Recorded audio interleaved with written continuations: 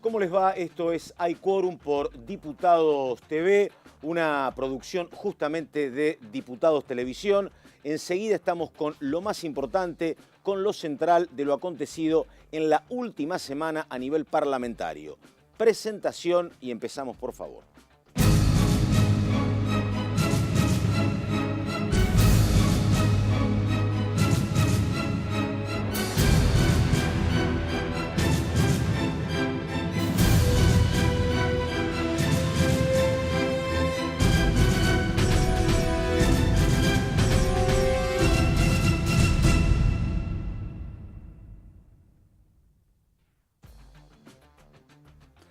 Comienzo de Hay Quórum, Diputados por Diputados TV. Les cuento, enseguida estamos con el diputado Fabio Quetglas, hombre de Cambiemos, hombre del radicalismo, hablando de temas coyunturales, y con Hernán Lecher, que es legislador en la ciudad de San Martín y además economista, con los temas más importantes de la última semana. Pasa, entre otras cosas, por la cuestión social, que va a ser un tema clave de los próximos días. Y ahora estoy saludando a mis colegas y compañeros. Ella es Laura Serra. Laurita, ¿cómo te va? Pero muy bueno. Muy bien. Y el señor Fernando Fraquelli, ¿cómo le va, Fraquelli? Pato, muy bien, muy bien. Muy bien. Un tema que acá lo habíamos planteado, creo que lo había planteado Fraquelli, lo que tenía que ver con lo que va a ser el debate próximo en el Senado del tema despenalización y un rol muy activo de la vicepresidenta Michetti diciendo yo no estoy de acuerdo. Uno veía que aquí el titular de la Cámara de Diputados tenía un rol más neutral. Michetti dice yo me opongo, Pinedo también, así que es un tema central que vamos a estar debatiendo enseguida, pero antes, por favor, estas imágenes en Hay Quórum y seguimos.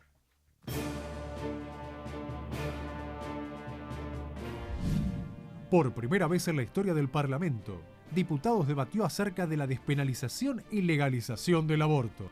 El 1 de marzo de 2018, como parte de los ejes centrales del discurso que pronunció ante la Asamblea Legislativa, el presidente Mauricio Macri habilitó al Congreso a dar el debate.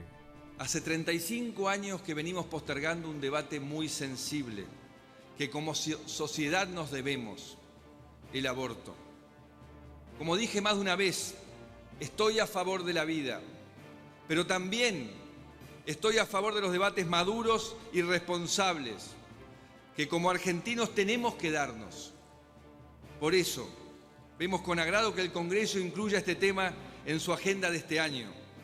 5 días después, se presentó por 7ª vez consecutiva el proyecto de ley impulsado por la Campaña Nacional por el Derecho al Aborto Legal, Seguro y Gratuito.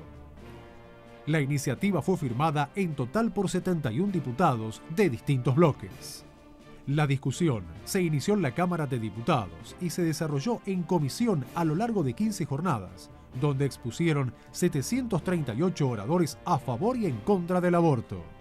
Los plenarios de las comisiones de Legislación General, Legislación Penal, Familia, Mujer, Niñez y Adolescencia y Acción Social y Salud Pública comenzaron el pasado 10 de abril y finalizaron el jueves 31 de mayo, luego de más de 106 horas de debate.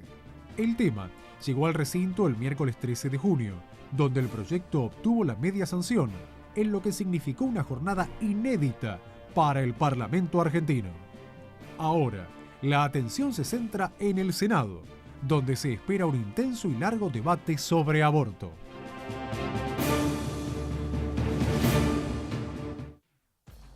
Bueno, lo que recién hablábamos con Fernando Fraquelli y con Laura Serra, la verdad que hay una actitud muy concreta y definida en el Senado. Por lo tanto, por parte de Federico Pinedo, que es un hombre importante, que dijo yo no estoy de acuerdo, por la propia Gabriela Michetti. Uno tiene otros senadores oficialistas, Naidenov, por ejemplo, que ha señalado que él es partidario, el propio también senador por Misiones, ¿no? Efectivamente. Pero bueno, hay una actitud que antes uno no veía, había más prescindencia en diputados. Y fotos que a mí me llaman la atención, digo, la foto de, por ejemplo, Pichetto con Dalma Maradona. Yo no me lo hubiese imaginado, la verdad. Felicísima Dalma, Pichetto apoyando.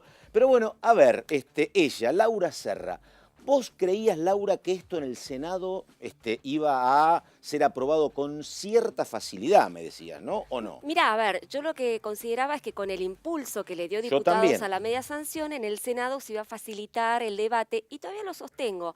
Digo, me da la impresión de que lo que pretende Michetti con Pinedo, que los dos están en contra de la iniciativa, o por de pronto están a favor de incluir modificaciones a la media sanción, Claro. quieren de alguna manera ralentizar o digamos, demorar un poco más el debate, y lo quieren trasladar a agosto próximo. No Sí. tan así Miguel Pichetto a favor del proyecto, Sí. quiere hacer un debate bastante más expeditivo para que la votación sea en julio. Ya hay un encontronazo entre Pichetto y Michetti, Pichetto denunciando, acusándole a Michetti de querer demorar sin ningún tipo de motivo este debate que viene de la Cámara de Diputados. Por de pronto, ¿por qué viene este enojo de Pichetto? Porque Michetti ha decidido girar el proyecto a 4 comisiones. Los que trabajamos en la Cámara de Diputados, en el Congreso de la Nación, sabemos que cuantas más comisiones se gira, más demora hay. Habrá que ver si hacen lo de diputados, que es aglutinar las 4 comisiones para que en conjunto vayan trabajando sistemáticamente en el proyecto de ley. Habrá que ver la dinámica de eso. Por de pronto, Pichetto, digamos, a ver, se cura en salud y la acusa a Michetti de querer demorar la Además, discusión. el giro a la Comisión de Presupuesto y Hacienda, que uno Así podría es. decir es razonable porque hay que ver los recursos que tiene que aportar el Estado, si esto se legaliza, es el giro hacia una comisión presidida por Esteban Bullrich, que es, si se quiere, un hombre que incluso es más opositor a la despenalización si hay gradualidad que la propia Michetti o que el propio Pinedo, así que es un tema. Fraquelli, que es un hombre muy detallista, digo, en los números, ¿hay números hoy de lo que pasa en el Senado? Hoy los números son muy parejos, en torno a 27 votos a favor, 26 o 27 votos en contra. Decimos, ¿están igualados o hay un voto a favor más para aquellos que están a favor de la legalización del aborto en la República Argentina?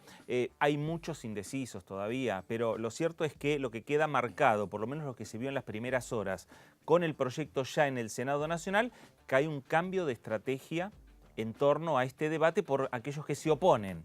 Cuando hablamos de Gabriela Michetti, hablamos de Federico Pinedo, hablamos de Esteban Bullrich, que son las caras por el no a este proyecto en el Senado Nacional y que van a ser los que encabecen, no Michetti tanto en el recinto, porque como es vicepresidenta de la Nación, no habla, pero sí, desde el punto de vista mediático, lo va a hacer y la vamos a ver por muchos medios de comunicación marcando su postura respecto a este debate. El resto de los senadores lo vamos a ver en el recinto, pero hay un cambio de estrategia. Ya el hecho de girarlo a comisiones donde no se giró en la Cámara de Diputados marca un perfil de cómo va a ser el debate. El debate más lento, bien decía Laura, cuando se discuten en tantas comisiones parece como que el debate se va a retrasar. Habrá que ver si hay acuerdos con el PJ de Miguel Pichetto. Pero también la estrategia que cambia es la decisión de avanzar con un propio dictamen de un proyecto. Que no habían diputados. Que no habían diputados. En diputados era rechazarlo y punto, y nada más. Aquí se busca un dictamen, se busca un proyecto, llevar a la discusión cuando se defina qué día, en qué momento se va a llevar este debate al recinto del Senado Nacional. Esa discusión, ¿qué es lo que están planteando? Que por lo menos quieren modificar el proyecto que se aprobó en diputados. Si se modifica, el debate va a tener que volver a la Cámara de Origen, es decir, a la Cámara Baja, y esto quiere decir que también se vuelve a dilatar la aprobación o el rechazo a este proyecto de ley. Y me parece que lo que se empieza a dar en el Senado también es aquella charla reservada, privada, que no se dio en Buenos Aires, que se dio en el Vaticano entre María Eugenia Vidal y el Papa Francisco. Me parece que quienes recibieron detalles de esa reunión, detalles de esa conversación, fueron los 3 personajes que mencionamos Carolina Stanley, Vidal y ¿quién más? Carolina Stanley, pero no es senadora, pero sí de los que nombramos anteriormente, Federico Pinedo, Gabriela Michetti y Esteban Bullrich.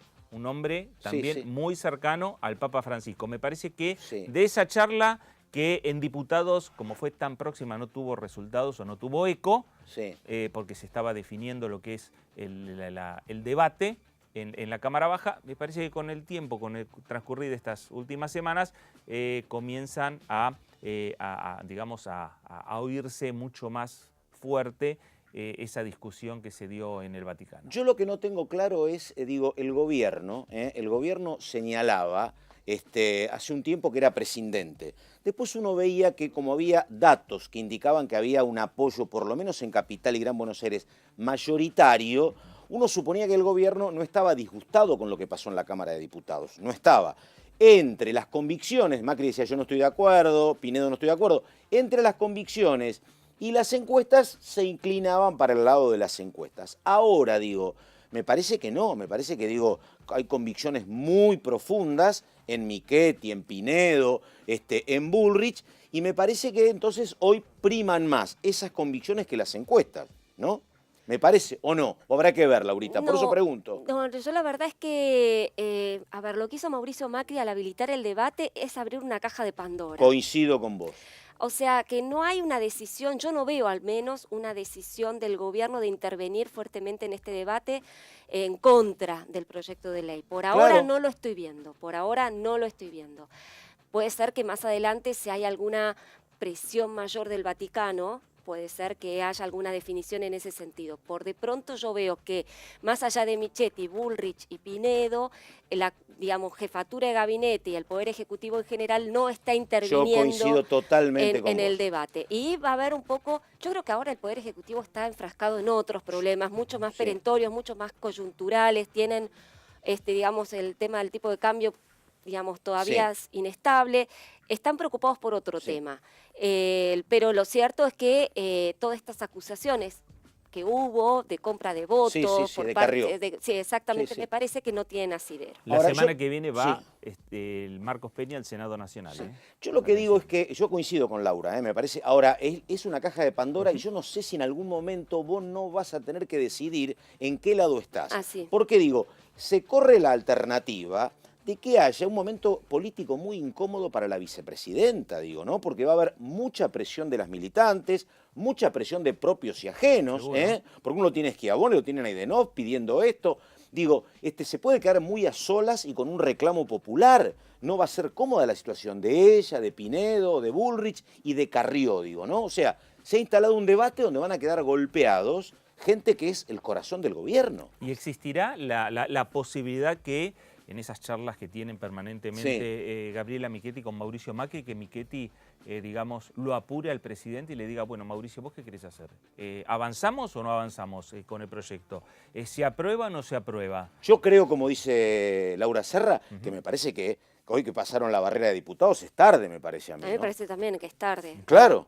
A menos que haya una presión, digamos, muy explícita y elocuente por parte del Papa, del Vaticano, cosa que por ahora... ¿Cómo se traslada? Hay mucha... Te digo, hoy me contaban en Santa Fe, no sabés cómo se estaban operando las mujeres que se movilizan y gran parte de la sociedad sobre Reutemann, por ejemplo. Ah, mira. Pero por supuesto. Que es uno de los senadores que todavía no dijo. Ahí tenés, no sabés cómo se está operando en términos de redes sociales sobre Reutemann. Hay otro dato que me parece que no hay que soslayar. A ver. Digamos, si bien es adelantarnos mucho en el tiempo, por más que salga la ley, es muy probable que tampoco termine en el Congreso toda esta historia, sino que se judicialice, que sea la Corte Suprema, en definitiva, la que defina o no la instrumentación de esta norma, si se instrumenta o no y de qué manera. Digo, me parece que todavía falta un trayecto bastante importante antes de que podamos ver cristalizada, si es que finalmente se sanciona la legalización del aborto en la Argentina. Hoy hablé con la senadora Giacoppo y tiene que ver con eso, Laura. Ella plantea que es anticonstitucional la ley porque avanza sobre la vida. Y la verdad mi pregunta es, pero bueno, ¿puede haber votado la Cámara de Diputados una ley anticonstitucional? Digo, tiene que haber un choque que tiene que resolver la justicia, porque si el Senado me dice que es anticonstitucional y diputados me dice no vamos a aprobar un proyecto que es anticonstitucional, lo tendrá que resolver la Corte. Varios de los diputados que votaron en contra han señalado que se está avanzando con un proyecto que es anticonstitucional. O sea que ya anticipan un paso en otro poder del Estado, teniendo en cuenta si el proyecto avanza. Y el vínculo que vos establecés con Bullrich como hombre muy cercano a la Iglesia, digamos que este fin de semana hay un encuentro en Mar del Plata que va a ser muy crítico para el gobierno, lo encabeza Lugones, es muy duro sobre el desempleo. El único invitado del gobierno es Esteban Bullrich, Y va a Es el único. participar también, María Eugenia Vidal va a estar. ¿Va a estar Vidal? Va a estar Bueno, también porque María va a haber Eugenia. dirigentes sociales como Menéndez, va a estar Graciela Camaño, va a estar el titular de la Pastoral Social, que estuvo recorriendo un basural en Mar del Plata con críticas muy severas para el tema del costo social. Indudablemente Bullrich es un hombre que puede oficiar como nexo. Sí, seguro. A ver, tanto Esteban Bullrich, que tiene línea directa con el Vaticano y tiene línea directa con la provincia de Buenos Aires, con la gobernadora de la provincia de Buenos Aires, la gobernadora tampoco está a favor de esta iniciativa. ¿No? Pero ahí se mantiene en silencio público, ¿no? Se mantiene en silencio, pero tiene también los contactos, digamos, con marcar estrategias con Federico Pinedo, que tiene más, digamos, más diálogo, y además con la vicepresidenta Gabriela Michetti. Bueno, ahí estamos, tema despenalización, habrá que ver si prima, porque la semana que viene se define si las comisiones, si el giro que hizo Michetti va a ser convalidado en el recinto o no. Claro. Hoy me decía Catalán Mañi que eso habrá que votarlo, dice, ¿no? Así es. Pero Si una no hay situación, acuerdo, Pichetto dijo que quiere hacer una votación. yo coincido en el con Laura Serra, me parece un escenario que es una complicación más en un momento donde las energías deberían estar en lo económico y lo social, ¿no? Esto hace todavía más ruido, te genera, me parece. En el Mundial no. Bueno, No si sé. el Mundial era una alternativa para calmar ánimos o para distendernos, venimos mal. Bueno, esto es Hay Quórum, Ideas en Debate. Estamos con ellos dos, con Laura Serra, con Fernando Fraquelli. Primera parte, enseguida venimos con un hombre del radicalismo y un hombre del peronismo. Fabio Ketglas, Hernán Lecher, ya estamos.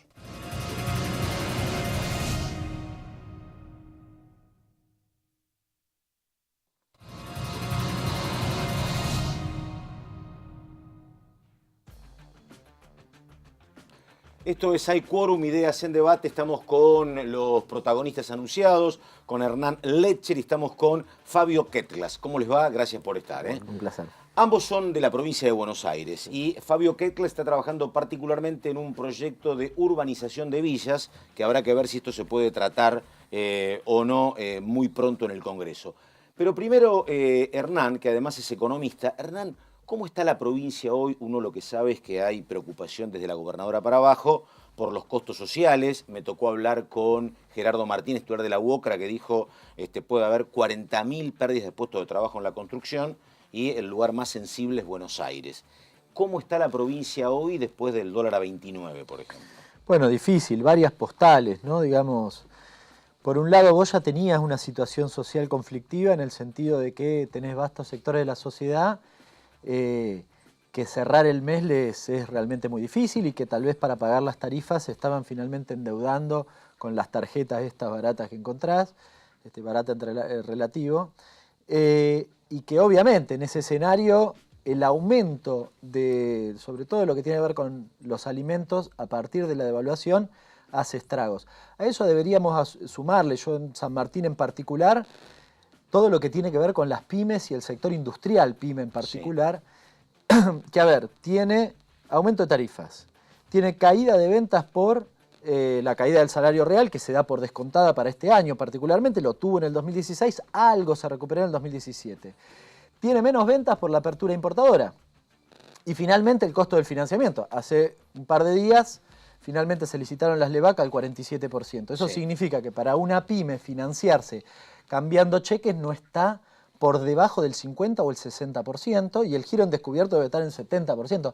Es imposible la producción industrial en estos momentos en la provincia de Buenos Aires. Se hace muy difícil. A eso tenés que sumarle, no sé, las instituciones intermedias, los clubes. Yo tengo acá la boleta de un club que le vinieron 15.000 pesos de electricidad, pagaba 1.000 pesos. Claro, uno dice, bueno, 15.000. Claro, ahora, en un club de barrio... No puedes aumentar la cuota 15 veces. Pero además porque la gente que va al club, los papás que mandan al chico al club, quizá alguno se quedó sin laburo, tiene menos ingresos, con lo cual, obviamente, ajusta ahí. Entonces, si la recaudación ya era magra para un club, porque no se dedica naturalmente a eso, se dedica a otra tarea, pero juntaba los pesos para pagar los gastos que habitualmente tenía, casi como si fuera un consorcio, bueno, hoy encuentra un escenario realmente muy complicado. Vuelvo a lo del origen, diría que quizás en este momento en particular la problemática del aumento de precios de los alimentos es realmente muy sensible. El INDEC midió 3,3 solo para mayo.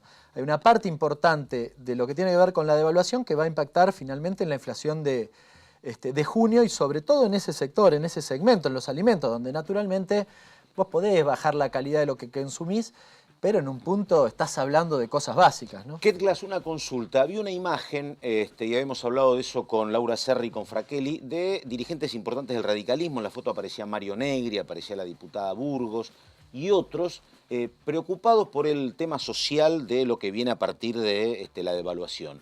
Desde el radicalismo, desde Cambiemos, ¿cómo se va a hacer para mitigar la cuestión social? ¿Cómo se va a hacer para mitigar? Es una conversión, pero la preocupación es, o sea, para mí es inescindible el orden político del orden social, digamos, ¿no?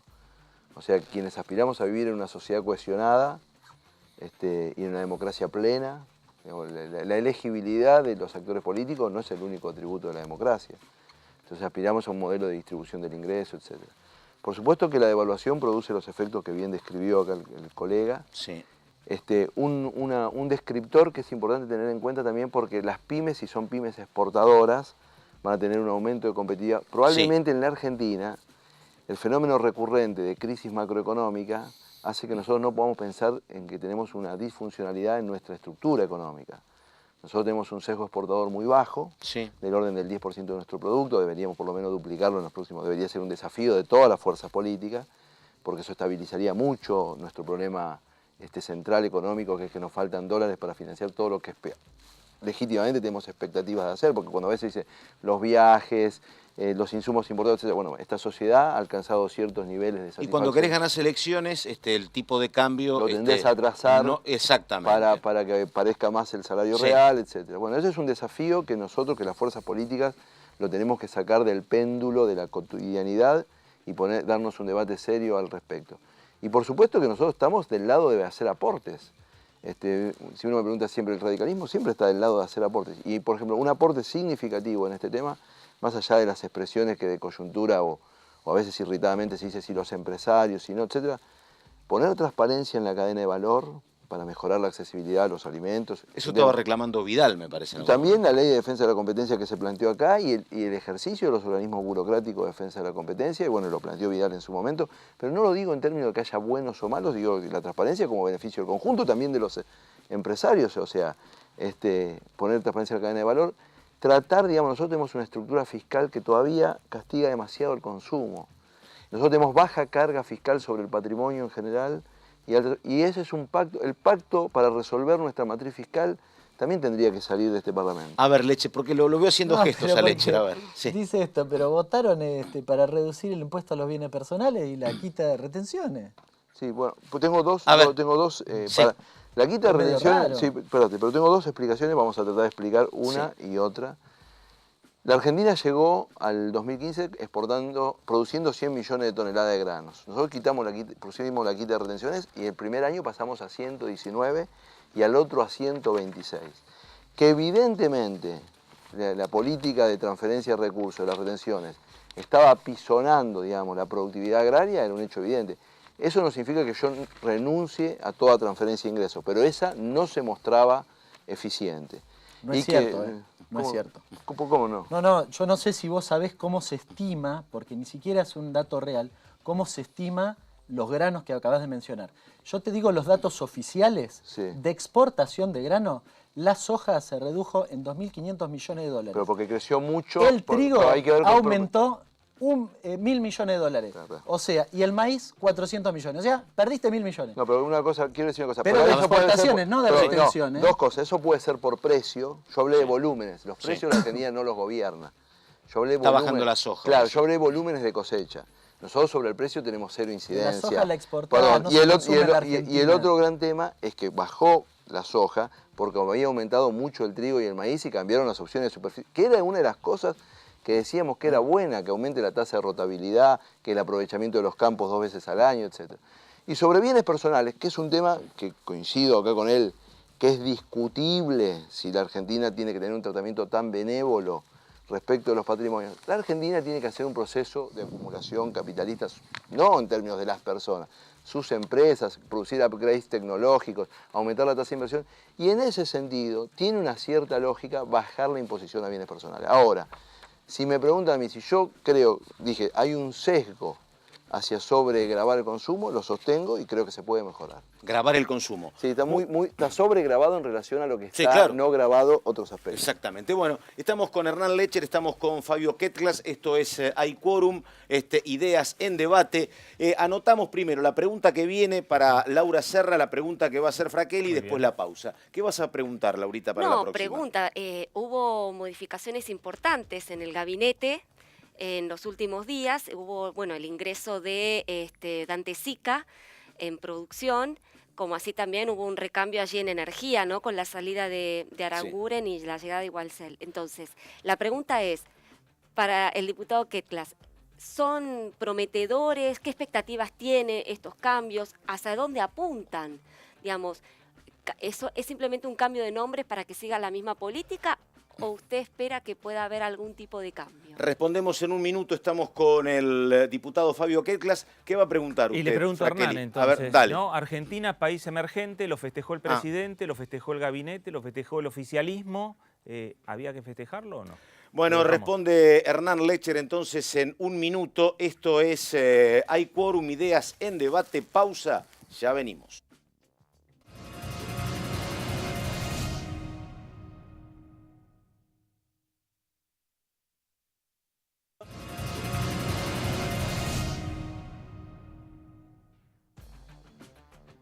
Bueno, esto es Hay Quórum, Ideas en Debate. Asumió hace algunas horas Dante Sica, el nuevo ministro de Producción.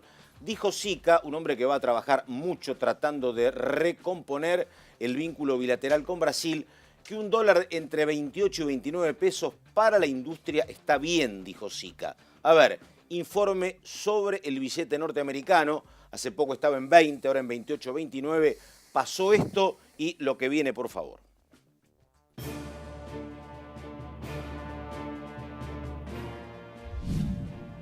Medidas del Central para frenar la suba del dólar. Suba de encajes de 5 puntos para los bancos. Será en 2 etapas. Comenzó de inmediato el rescate del EVAX. Reducir en 5 puntos porcentual la tenencia de dólares de los bancos. Licitación de reservas del Banco Central. Será un puente hasta que lleguen los dólares del Fondo Monetario Internacional. Las cerealeras se comprometieron a aportar 300 millones de dólares diarios.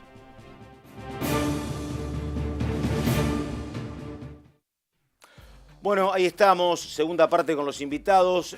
Recordamos, la pregunta de Laura Serra para con Fabio Ketglas tenía que ver con el rol de Dante Sica y de Igualcel, ¿no? No, evidentemente si estos cambios es simplemente un recambio de nombres o implican un cambio en la política económica. ¿Cómo lo ve usted?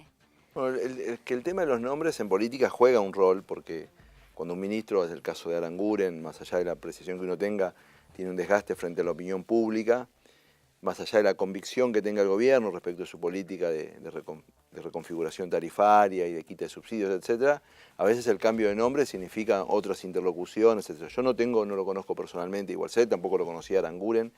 Claramente la Argentina debía ir a un proceso de reconfiguración de su esquema de tarifas. Yo voy a decir una cosa, yo personalmente creo que los servicios públicos urbanos pueden y deben recibir subsidios marginalmente. O sea, no estoy en contra del subsidio en términos principistas, porque hay sectores sociales, los electrodependientes, los jubilados que cobran la mínima. Social, sí, no, aparte porque los países, cuando uno dice los países que uno admira, claro, y que tienen un esquema de servicios públicos sofisticado, de calidad, etcétera, destinan no 5 puntos del PBI como destinaba Argentina y mal configurado, pero destinan un punto y medio del PBI a una estrategia de subsidio a ciertas circunstancias que a veces son geográficas, etc. Entonces, Igualcel, nosotros todavía estamos destinando más de ese punto y medio, quiero aclarar, pero en el esquema de salida Igualcel es un interlocutor distinto. Yo creo que el gobierno se ve obligado por una situación macroeconómica a ir a un esquema de subsidios a las tarifas públicas más racional, digamos, y hay una discusión sobre el tiempo para la adaptación de la familia en términos de sus propios presupuestos. Al que sí no conozco personalmente, pero conozco más su obra por leerlo, es a Sica, que obviamente tiene una reflexión, tiene un sesgo en su reflexión económica con Brasil, no solo ahora lo va a proyectar, siempre sistemáticamente. Bueno, Yo también soy de los que piensan con Sica, y estoy de acuerdo con él, que Brasil, en el marco del Mercosur, es una enorme oportunidad para Argentina, que la Argentina ha subaprovechado la oportunidad Brasil, que significa ese mercado que es 5 veces en términos de número de personas más grande que el nuestro y 3,5 veces en términos de volumen más grande que el nuestro, y ahí tenemos muchas economías complementarias y tenemos que explotar más la asociatividad con Brasil para tomar el mundo como oportunidad. Y por supuesto también me alegro porque tiene un sesgo claramente industrialista. Por eso su primera declaración. Y digo esto porque la Argentina, nosotros hablamos de la industria siempre genéricamente, la industria argentina es una bolsa muy heterogénea, tenemos cadenas de valor industriales competitivas y menos competitivas, no todas son no competitivas y no todas son competitivas, y precisamos el trabajo que yo creo que sí que va a hacer, que es el trabajo más de detalle de marcos regulatorios, operaciones de promoción específica, trabajo sobre las cadenas de valor, etcétera, para tener la industria que nos merecemos, que es una industria que genere empleo, agregue valor, etcétera, inclusive que sea potenciadora de otras economías como la economía agraria.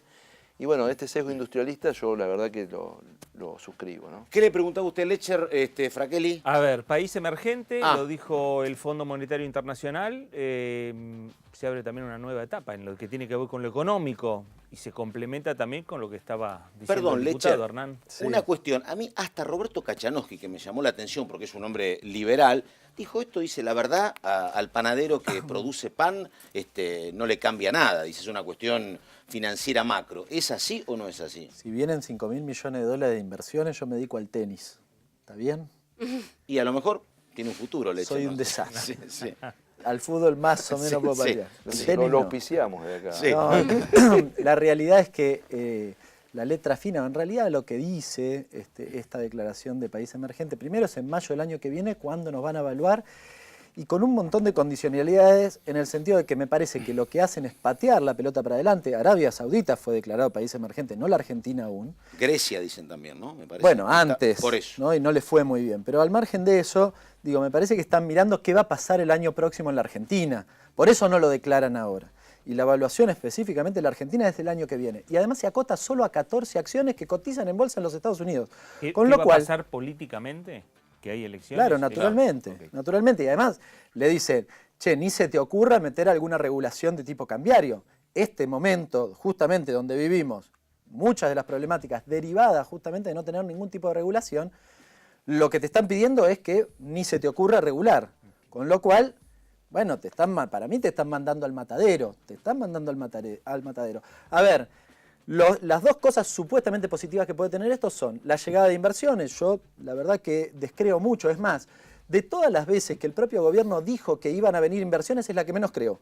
Bien, lo dijo porque le creían al gobierno, primero porque iba a ganar la elección, después por el acuerdo con los fondos buitres, después por el acuerdo de blanqueo, después por las elecciones el año pasado, después por el FMI y ahora por esto, y en el medio me olvido de algunas cosas, el segundo semestre, etc. En ninguno de los momentos pasó. Me parece que están leyendo mal el mundo, están leyendo mal el mundo. Es un mundo que se está cerrando, que tiene políticas proteccionistas. El dinamismo exportador no se genera per se, porque sos amigo de algunas consultoras o algunos presidentes que crees que son poderosos en el mundo, que además es un mundo muy volátil que se puede llevar puesto a Rajoy en cualquier momento. La segunda cuestión es que puede bajar el riesgo país y por lo tanto hacer más barato tu financiamiento externo. No nos están dando plata, Claro. digamos. Eso es nada, es nulo, digamos, con lo cual yo no tengo muchas expectativas respecto de lo que significa. Creo que además está entrelazado con el acuerdo con el Fondo Monetario Internacional y ahí sí, para la Argentina ese acuerdo es un acuerdo realmente muy nocivo, sí para el panadero, ¿no? Claro. Sí para el Fabio, panadero. perdón, una pregunta, porque cuando lo convocamos a Ketglas, dice, guarda que Ketglas trabaja bien el tema de urbanización de villas. Digo, esto tiene que ver con algo que a mí me contaba Gerardo Martínez. Gerardo Martínez decía que, ojo, hay luces rojas porque se para la obra pública y es un tema muy delicado, muy delicado. En Formosa me decían, se van a perder 5.000 puestos de trabajo. En Formosa es una enormidad.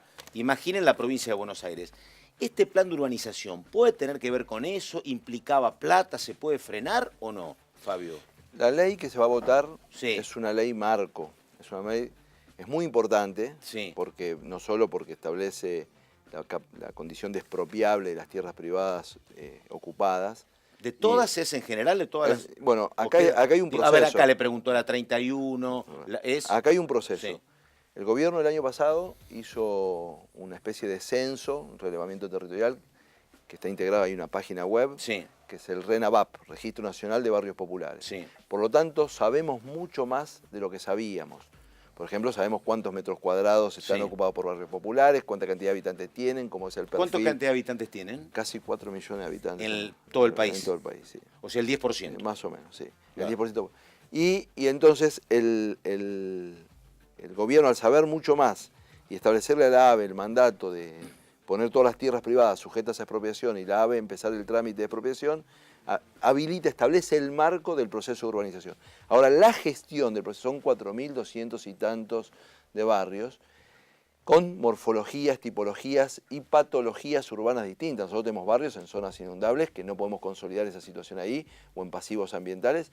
Tenemos, cuando usted me dice la Villa 31, que probablemente para los porteños es la villa que claro. tenemos en la cabeza, Claro. esa villa es una villa excepcional, Sí, atípica sí. por su altura. Bueno, es una villa donde para las empresas de servicios Hay públicos... trazado de calles. No, y hay, efectivamente, sí. comillas, lo digo positivamente, posibilidad de negocio de servicios públicos porque Claro. hay densidad de usuarios, etc. Uno tiene una urbanización, una villa extendida, entonces el costo a asumir para la integración sociourbana es mucho más alto, es más dificultoso, etc. Entonces, bueno, esta ley es una ley marco y la AVE se va a constituir, digamos, en unidad ejecutora de un proceso que si se hace bien... ¿Pero cuesta va a ser- plata? ¿Eso se puede frenar? Bueno, Sí. está en la ley previsto como marco el mecanismo de contraprestación. Hay algunas alternativas en América Latina, y hay gente que nos hemos dedicado a este tema, para que el costo de inversión pública sea relativamente bajo y asumible en el proceso de integración. Los fideicomisos de urbanización social al costo, que los propios movimientos sociales constituyan sus cooperativas para ser contratados a los efectos de generar el proceso de urbanización. Tiene un efecto dinamizador de la economía fenomenal y de construcción de ciudadanía, ni hablemos, digamos, ¿no? Me parece que es una ley marco que si se trabaja bien en el reglamento operativo puede ser una buena noticia para la economía. Fabio, ¿y tiene apoyo políticamente como para que avance el proyecto? Sí, yo creo que institucionalmente, parlamentariamente, va a ser una ley que va a salir con enormes mayorías porque la gente de Unidad Ciudadana, la gente de la izquierda, inclusive la gente del Frente Renovador, etcétera, va a haber un acompañamiento grande, va a ser una ley transversal, puede haber alguna discusión transversalmente, pero el apoyo va a ser muy importante. Pero también va a abrir un debate que me parece muy interesante sobre equidad, ciudadanía y ciudad en términos sociales. Porque es probable que emerjan públicos sociales que digan... Que se opongan. Sí, Claro. que se opongan, etc. Hay que ahí jugar un rol pedagógico, ¿no? No solo en términos de la equidad del esfuerzo que hace una persona para acceder a su situación dominial, sino lo que implica para nosotros saldar esa deuda social en relación a esta generación y a la de sus hijos.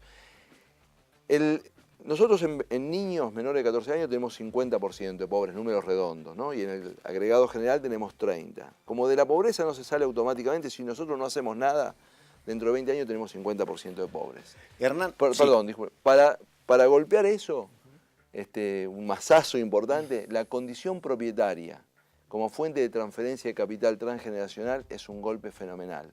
Nosotros lo tenemos que hacer porque eso tiene una energía incluyente espectacular.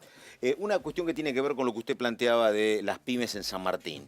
Digo, este dólar de 29 para el señor que fabrica muebles en San Martín, ¿es mejor que el dólar de 20? ¿Puede marcar un repunte como marcaba el 2003? Si bien Melconian dice que el dólar del 2003 era 41 pesos.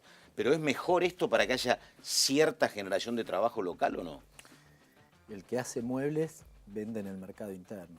Claro, La y va a verdad vender que no menos. cambia. A mí me da Claro. que Dante Sica está hablando para un sector de la industria Claro. que es más bien concentrado y que tiene inserción en exportaciones. Diría Techini Arcor y no sé cuánto más. Para las pymes no le cambia. Tiene un efecto, digamos, un único efecto relativamente positivo, que es que cuando vos devaluás, retraes las importaciones, haces más caras las Frenás, importaciones. claro. Y lo que está pasando y lo que estaba pasando, yo recién un poco lo mencionaba, es que justamente la apertura importadora hace que una parte de lo que vos antes vendías o incluso comprabas fuera del extranjero. Esto es una característica muy llamativa porque yo he discutido con algunos economistas que me decían, no, pero fíjate que la importación de insumos intermedios ha aumentado, sugiriendo que había un proceso de industrialización. Y yo les decía, no, en realidad lo que estás haciendo es sustituyendo parte de esos insumos que antes un empresario se lo compraba a otro empresario local y que ahora lo trae de afuera porque le cuesta más barato. Claro. Allí en San Martín yo visité una empresa hace muy poquito que hace kayak. Los kayak vienen hoy de China 100% hechos. El tipo fue diversificando, entonces hace los chalecos, salvavidas, etcétera, etcétera. Entonces me decía, mira, la tela lo compro a un proveedor local, la cintita la compro a un proveedor local, el broche lo compra a otro. Esto me cuesta más barato traerlo de afuera. Claro. Entonces no se lo compra el proveedor vecino mío que antes se lo compraba, porque es más barato comprarlo afuera. Entonces, ese es el efecto que tiene. Ahora que decís esto de Techín, yo me acuerdo cuando Roca decía que la Argentina estaba cara en dólares. Claro, porque cuando vos tenés $1 a 18, $1.000 son 18.000 pesos. Ahora pagas menos en dólares, obviamente, y vos podés exportar. Ahora, Claro. ¿y qué medida tendría que claro. tomar el gobierno o la provincia de Buenos Aires para, digamos, proteger esas pymes, teniendo en cuenta que hay un dólar alto que va a servir para la exportación? Entonces, ¿qué medida tendría que tomar ahora para pensar en el mercado interno? No, para mí básicamente, primero, revisar el tema de tarifas. Es un problema muy grave. De nuevo, un telar en San Martín, 2 hermanos Claro. que viven con 2 telares. De electricidad pasaron de 1.000 a 28.000 pesos. Se comieron su rentabilidad, su sueldo. ¿1.000 a digamos. 28? Sí, pero digo, se comen su sueldo. Son Sí. 2 personas, 14 lucas cada uno. Y digo, eso es lo que les pasó. Entonces me parece que la primera cosa es eso. La segunda, recomponer el poder adquisitivo. Las pymes, en el 90% lo venden al mercado interno. Y es más, lo poco que exportan, muchas veces ni Sí. siquiera lo exportan ellos. Porque no tienen una estructura, no tienen un departamento de comercio exterior porque no les da la estructura económica para hacerlo. Con lo cual, en general, no exportan. Bueno, la segunda cuestión es recomponer el poder adquisitivo. Si vos lográs que los beneficiarios de la asignación universal por hijo, que los jubilados, que los trabajadores asalariados le ganen a la inflación, Bueno. ayudás Pero a que las fomentar pymes la les vaya inflación, bien. no generás el efecto contrario que es bajar la inflación. Digamos, es como que siempre estás atrás de la inflación. Eso es lo que dice Claro. la ortodoxia. Exacto. Digamos, porque yo no creo, y menos en este momento, que lo que pasa es que si vos desregulás absolutamente todo lo que tiene que ver con los precios, te pasa justamente eso, digamos que cualquier aumento, finalmente el empresario y sobre todo el oligopólico en la Argentina y en el sector alimenticio tenés eso, y en insumos intermedios también, lo lleva a precio, porque no tiene ninguna razón para no hacerlo. La única razón es cuando no vende más. Claro. Bien. Fabio, una pregunta como hombre del oficialismo.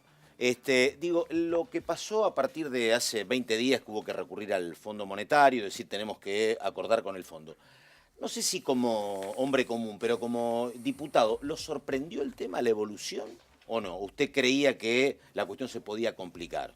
En el caso personal mío, yo la verdad cuando me decían lo peor ya pasó, en algún momento confié. Digo, ¿qué pasaba con ustedes? Digo, Yo creo que estaba atrasado el tipo de cambio, eso lo tiene Sí. claro, y que el ritmo de salida del déficit parecía lento y De que, reducir el déficit, reducir y que dependíamos de muchos factores, de un conjunto de factores, muchos factores externos, para que ese sendero fuera consistente a mediano plazo. O sea, en ese sentido no me sorprendió, porque la conjunción de 3 o 4 cosas, la sequía, la suba de la tasa, Sí. etcétera, eran circunstancias que podían producir una crisis en un país que es muy sintomático en ese sentido, digamos, en un país de altísima sensibilidad a cualquier factor externo. O sea, si la pregunta es ¿me sorprendió o no me sorprendió? En ese sentido no me sorprendió.